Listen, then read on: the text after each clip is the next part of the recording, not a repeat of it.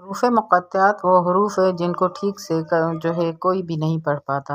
تھوڑی سی توجہ کے ساتھ ہم اس کو ٹھیک سے پڑھ سکتے ہیں، لیکن جب حروف مقطعات پر مد بھی ہو اور تشدید بھی ہو تو پڑھنے میں اور ہی مشکل ہو جاتی ہے، کیونکہ مد کو بھی پورا ٹائم دینا چاہیے، تشدید کو بھی پورا ٹائم دینا چاہیے، اور اس کو ادائیگی بالکل صحیح سے کس طرح سے ہوگی آئیں ہم پڑھتے ہیں.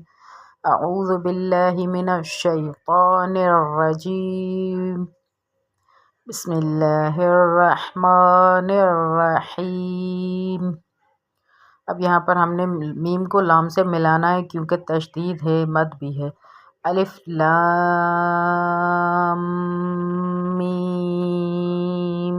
اب اس طرح سے نہیں پڑھنا الف لام میم، نہیں، الف لام میم، الف لام